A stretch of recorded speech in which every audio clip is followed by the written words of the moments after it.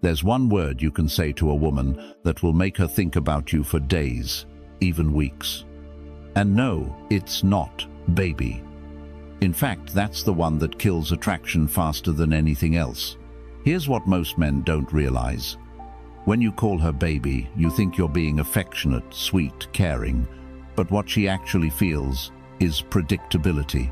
She's heard it 1,000 times before, from men who were too eager, too available, too soft. It doesn't spark emotion. It tells her exactly what kind of man you are.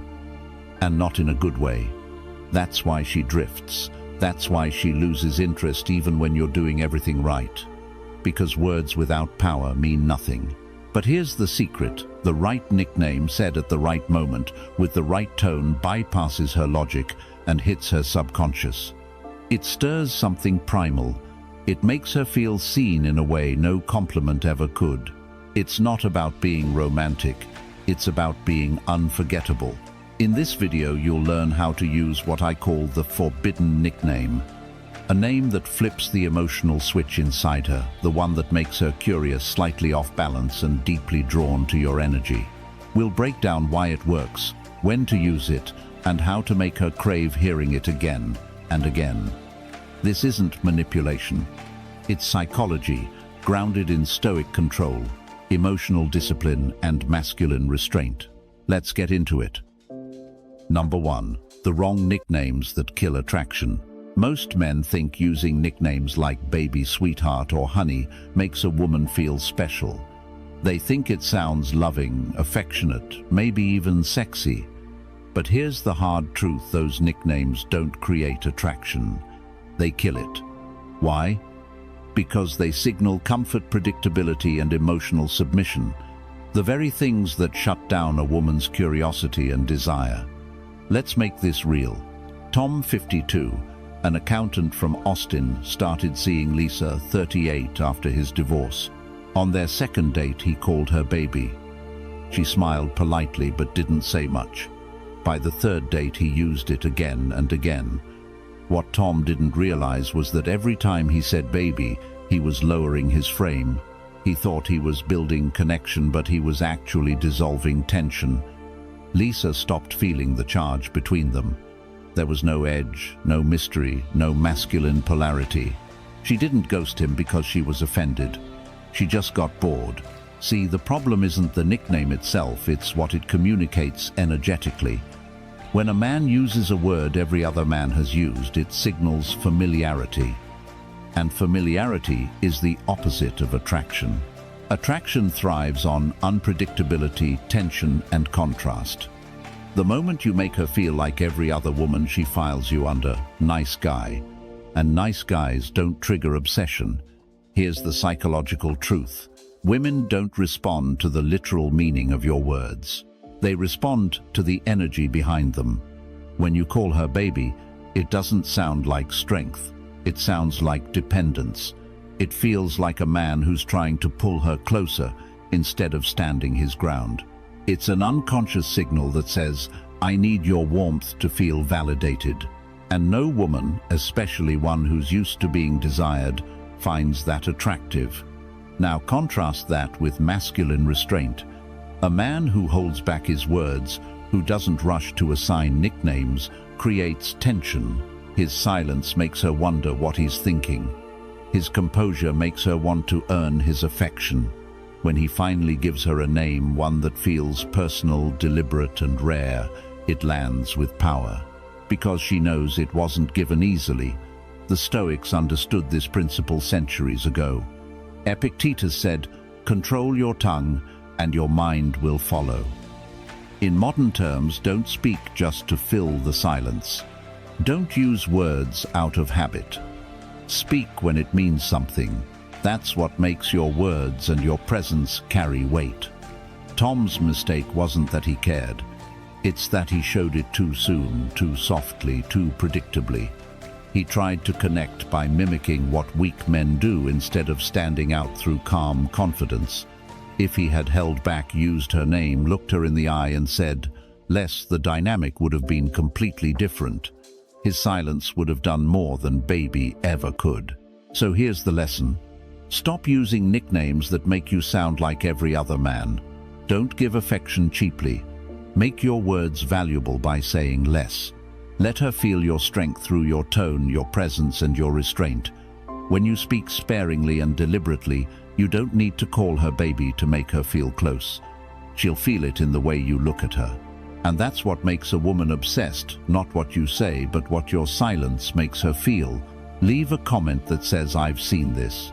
In the next part, we'll uncover the forbidden nickname, the one that doesn't soften your power but amplifies it. The one that taps directly into her subconscious and makes her crave your attention even when you're silent. Number 2. The forbidden name that drives her wild. Every man thinks he needs the perfect word to make a woman fall for him.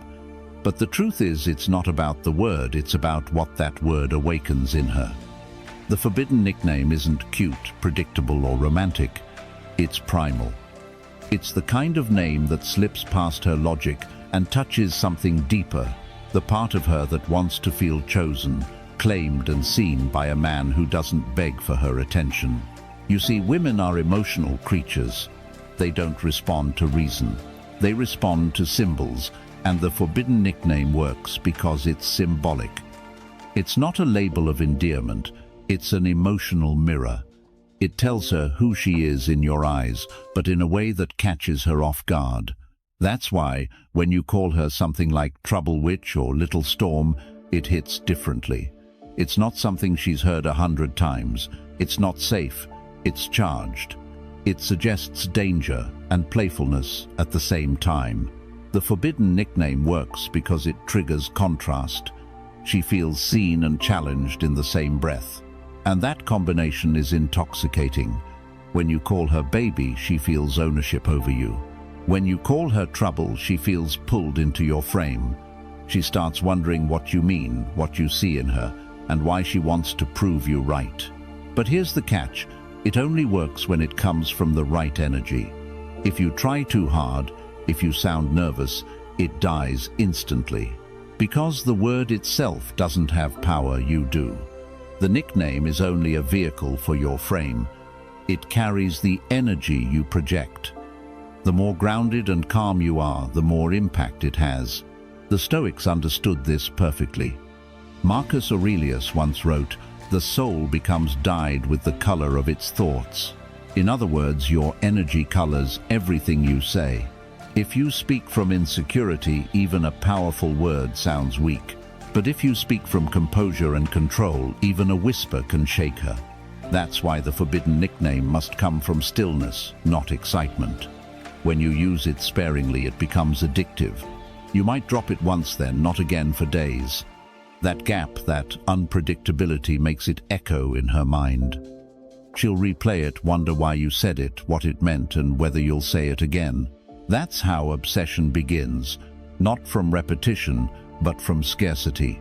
And don't misunderstand, this isn't about manipulation. It's about psychological polarity. The forbidden nickname reminds her that she's dealing with a man who's both aware and restrained. You see her, you acknowledge her energy, but you don't overindulge. You create a push and pull between closeness and distance. That tension is what makes her crave you. So here's the Stoic move: don't chase reaction. Observe it. Control yourself first, then let your words flow from that composure. You'll notice that when you stop trying to impress her, your presence itself becomes magnetic. The forbidden nickname isn't about what you say, it's about the state you say it from. Because when you speak from calm authority, your words carry weight. She feels it, she remembers it, and she starts associating your voice with excitement, curiosity, and a little bit of danger. That's what drives her wild. Not the word itself, but the man behind it. Leave a comment that says, "I've felt that." In the next part, we'll break down why certain nicknames like baby destroy polarity, and why replacing them with charged, symbolic words instantly flips the power dynamic in your favor. Number 3. Why baby kills her desire fast.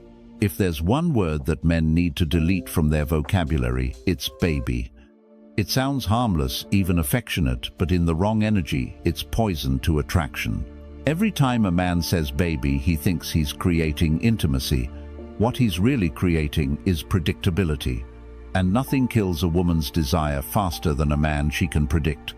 Let's put this into perspective. David, 55, a financial advisor from Chicago, started dating Rachel, 39, a marketing executive. Things went well at first. She was drawn to his calm confidence and maturity. But over time, David got comfortable. He started calling her baby constantly in texts, on calls at dinner. "Hey baby, how's your day? Miss you baby. Can't wait to see you baby." Rachel didn't say anything at first, but slowly she started to pull back. She began replying later, showing up less available. When David finally asked what changed, she said, "You used to make me feel excited. Now you just feel safe." And that's the exact problem. Baby is the verbal equivalent of a soft couch, comfortable, familiar, but completely lacking in edge. It makes her feel adored, not desired. When a woman feels adored too early, her polarity flips. She becomes the one with the power, and you become another man chasing validation. Here's what's really happening psychologically. When you call her baby, you place her above you. It's a word of worship, not attraction. It sends the message, "I'm emotionally invested. Please see me as loving." But attraction doesn't grow from emotional safety alone. It grows from tension. A woman doesn't want a man who needs her attention. She wants a man who commands it. This is where most men misunderstand the balance between warmth and polarity. You can still be kind, still show affection, but if you give her too much comfort too soon, you remove her curiosity. She stops wondering what's coming next. She knows you're already emotionally captured, and once she feels she has you, she starts testing to see if you'll ever step out of that softness. The Stoics understood this better than anyone. Seneca wrote, "He who is everywhere is nowhere." The same principle applies here. When affection is constant, it loses meaning. When you use baby all the time, it becomes background noise. The word stops carrying weight because it's too available. That's why women respond more intensely to restraint.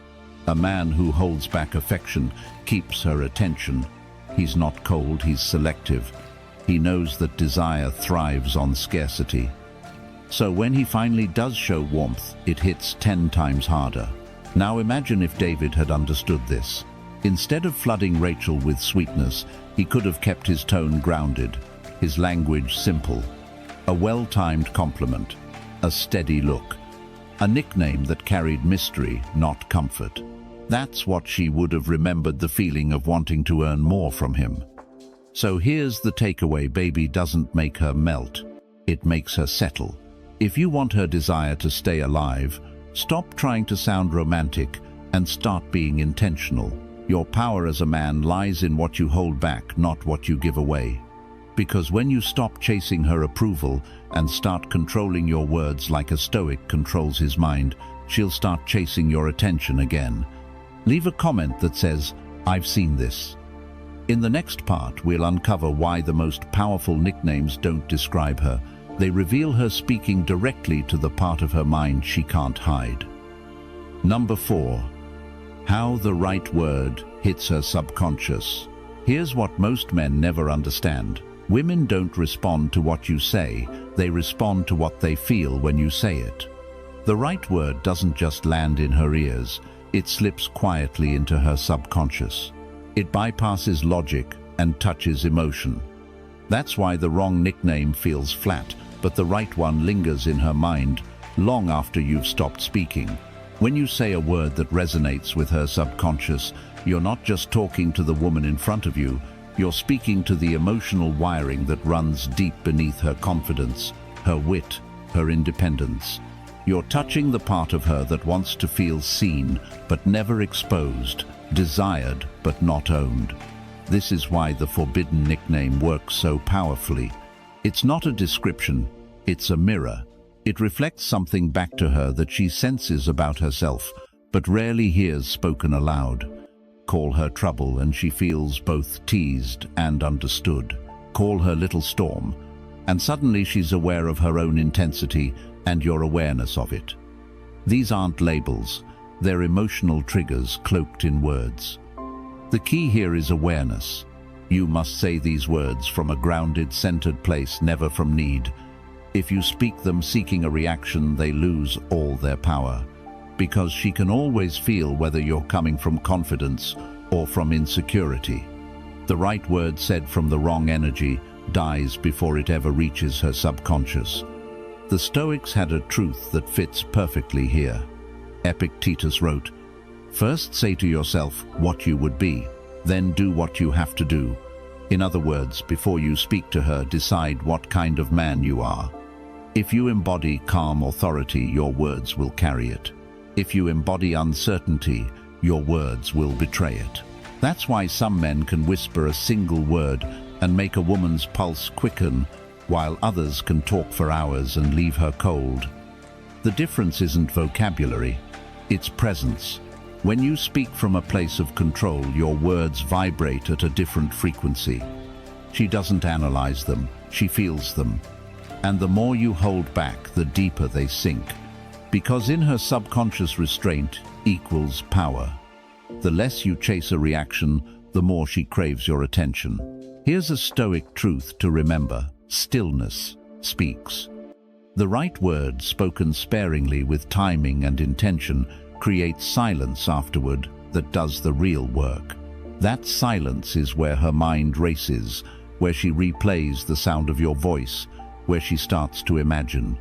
And that's how obsession begins, not with explanation, but with imagination. The right word plants the seed, the silence lets it grow. This kind of mastery takes awareness, discipline, and practice. And that's exactly what I teach in the members-only section of this channel: how to communicate with calm, masculine authority, how to build emotional polarity without manipulation, and how to use presence instead of persuasion.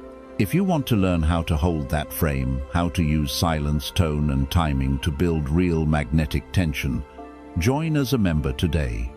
You'll get exclusive lessons that dive deeper into Stoic psychology and modern attraction. Because once you understand how the subconscious responds, you'll stop chasing women's attention and start commanding it. Leave a comment that says, "I've felt that." In the next part, we'll talk about the timing, when to drop that forbidden word and when to pull back, so she never knows what's coming next and can't stop thinking about you because of it. Number 5. When to say it and when to pull back. Timing is everything. You can have the perfect word, the right tone, and the strongest presence, but if you say it at the wrong moment, it loses all its power. What most men get wrong isn't the word itself, it's the timing. They either say it too soon before any emotional tension exists, or too often until the word becomes predictable and meaningless. The forbidden nickname only works when it's rare, unexpected, and charged with silence before and after. Let's bring this to life. Eric, 54, a construction manager from Seattle, had been seeing Megan, 40, for a few weeks. She was sharp, independent, and used to being in control. During one dinner, she started teasing him about being too calm, saying he never reacted, never got flustered. Most men would have tried to defend themselves or match her energy. But Eric just looked at her for a second, smiled, and said, "You're trouble." Then he leaned back and said nothing. In that pause, everything changed. Megan stopped laughing. Her expression softened.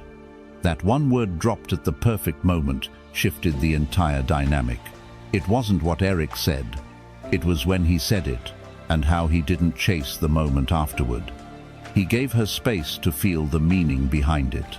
That's where the power lies.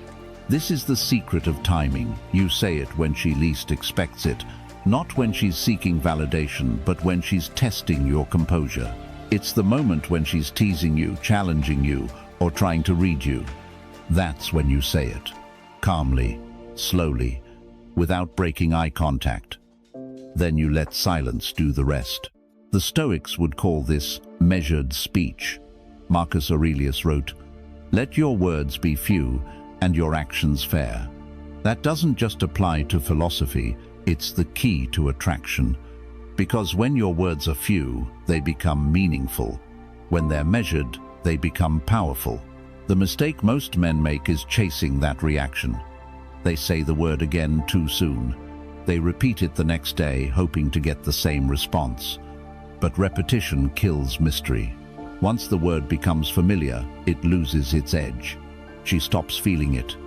It turns from a spark into background noise. That's why restraint is essential. The power of the forbidden nickname comes from scarcity. The less you use it, the more it echoes in her mind. Think of it like perfume. A single drop lingers longer than a heavy spray. And this is where masculine discipline separates men who get results from those who don't. Eric understood this instinctively. After that dinner, he didn't use the word trouble again for almost 2 weeks.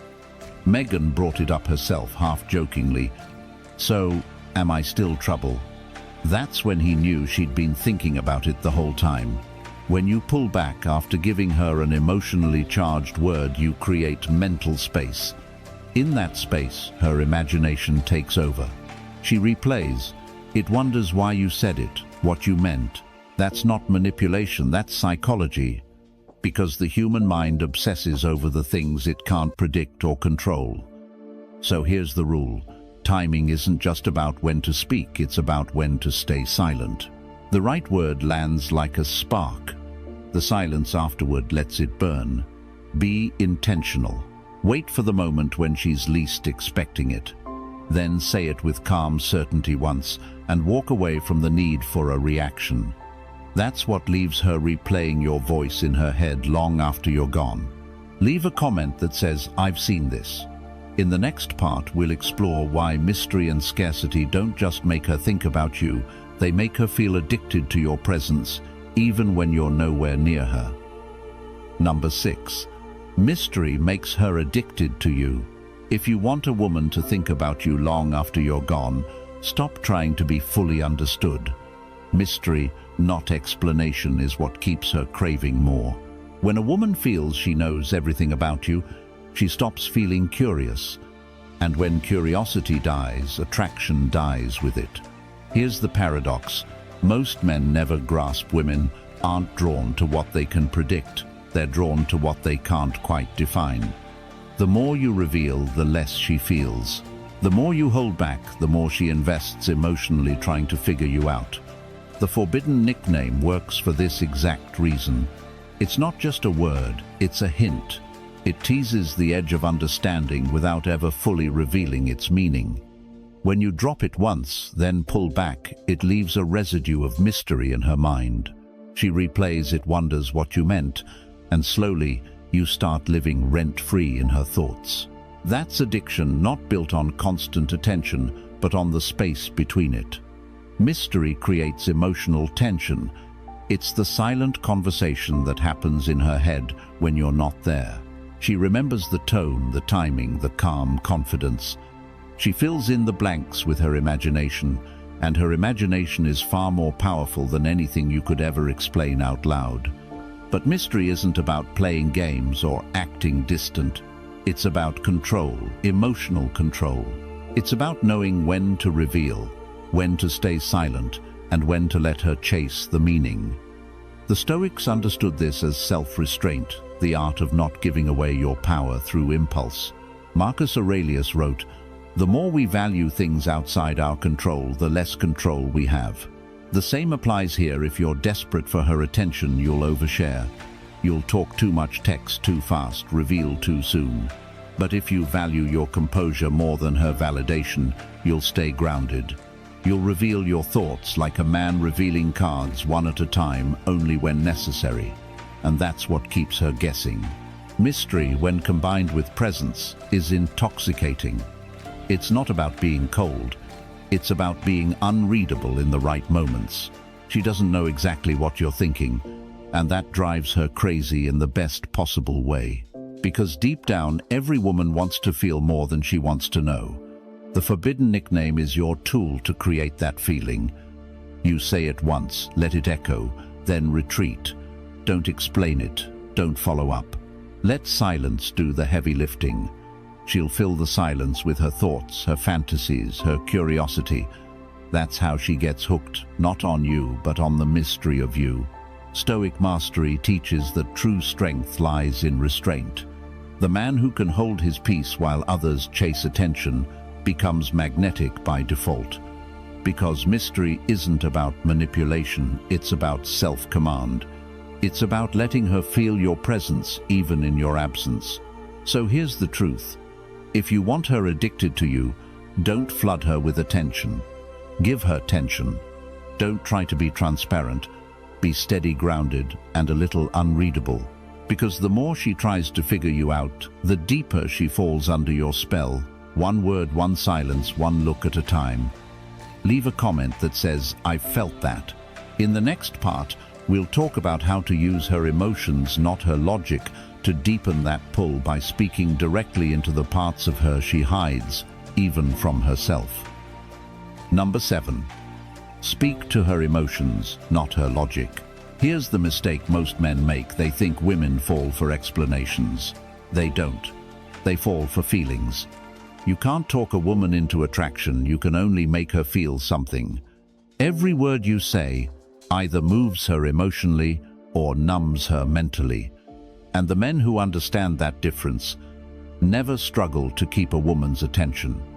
Let's take a look at a real situation. Mark, 57, a retired pilot from Arizona, started dating Vanessa, 41, after meeting through mutual friends. On their first few dates, Mark tried to impress her with his stories, long conversations about his career, his travels, his achievements. She was polite, even intrigued at first. But soon he noticed her energy shift. Her eyes wandered, her body language softened, and her texts came slower. He didn't understand. He thought he'd done everything right. The truth, Mark was speaking to her logic, not her emotion. He was giving her information, not sensation. He was trying to be interesting instead of making her feel something. Now imagine if instead of listing facts, Mark had said, "You know what I miss most about flying?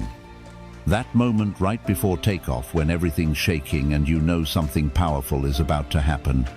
That single line would have done more than all his stories combined, because it paints a feeling.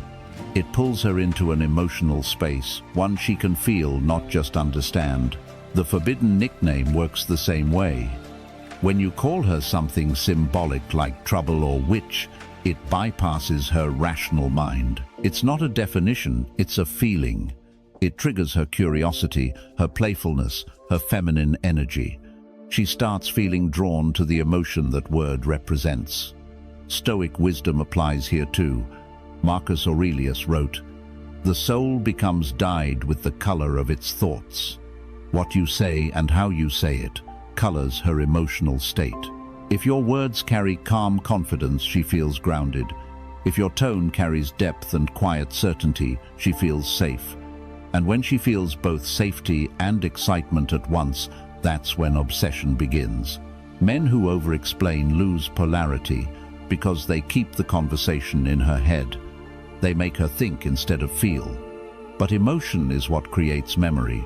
Emotion is what ties her to you. When she remembers how she felt in your presence, she starts craving it again, not consciously but instinctively. That's why storytelling, tone and timing matter more than words. Speak from experience, not from ego. Describe sensations, not situations. When you speak from your emotional truth, even the simplest words can have impact.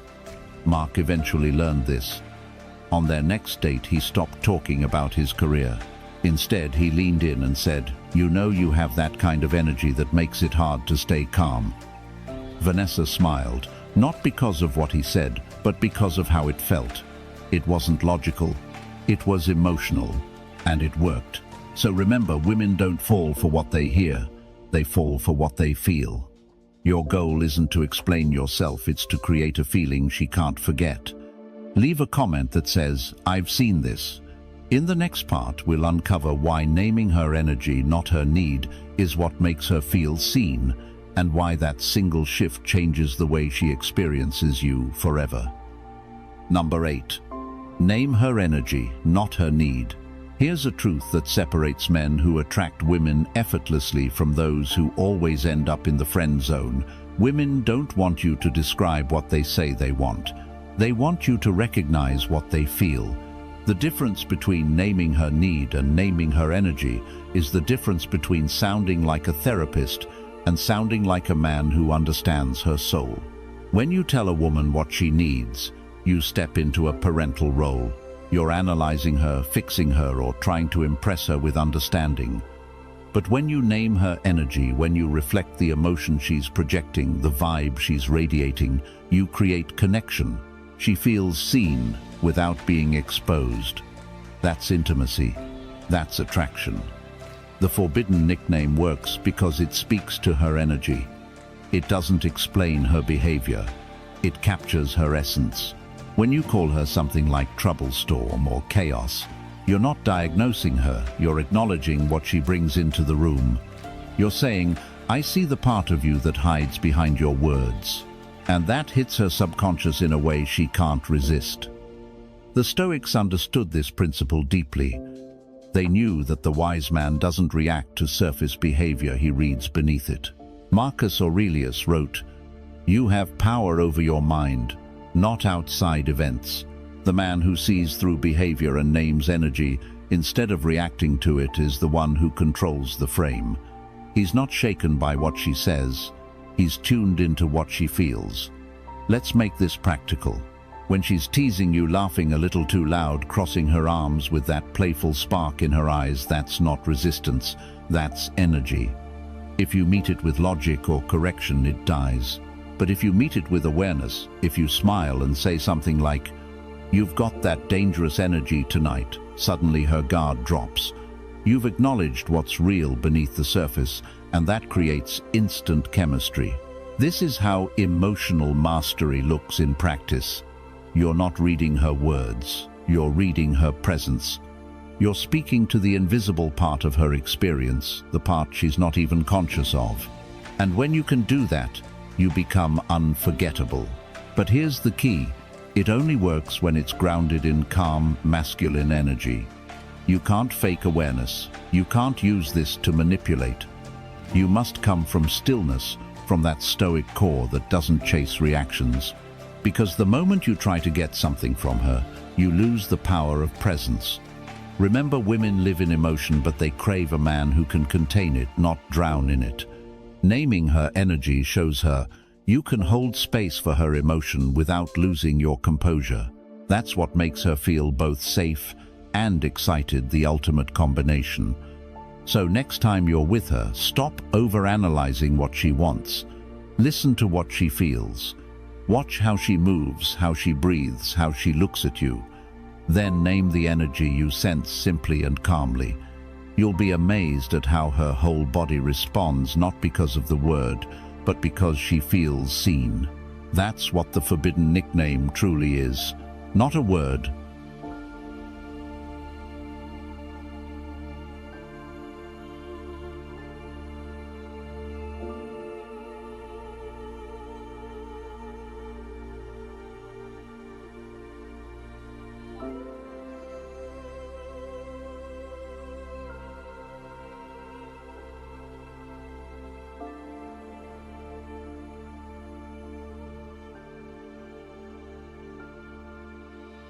feels both teased and understood. Call her little storm, and suddenly she's aware of her own intensity and your awareness of it. These aren't labels, they're emotional triggers cloaked in words. The key here is awareness. You must say these words from a grounded, centered place, never from need. If you speak them seeking a reaction, they lose all their power. Because she can always feel whether you're coming from confidence or from insecurity. The right word said from the wrong energy dies before it ever reaches her subconscious. The Stoics had a truth that fits perfectly here. Epictetus wrote, "First say to yourself what you would be, then do what you have to do." In other words, before you speak to her, decide what kind of man you are. If you embody calm authority, your words will carry it. If you embody uncertainty, your words will betray it. That's why some men can whisper a single word and make a woman's pulse quicken, while others can talk for hours and leave her cold. The difference isn't vocabulary, it's presence. When you speak from a place of control, your words vibrate at a different frequency. She doesn't analyze them, she feels them. And the more you hold back, the deeper they sink. Because in her subconscious, restraint equals power. The less you chase a reaction, the more she craves your attention.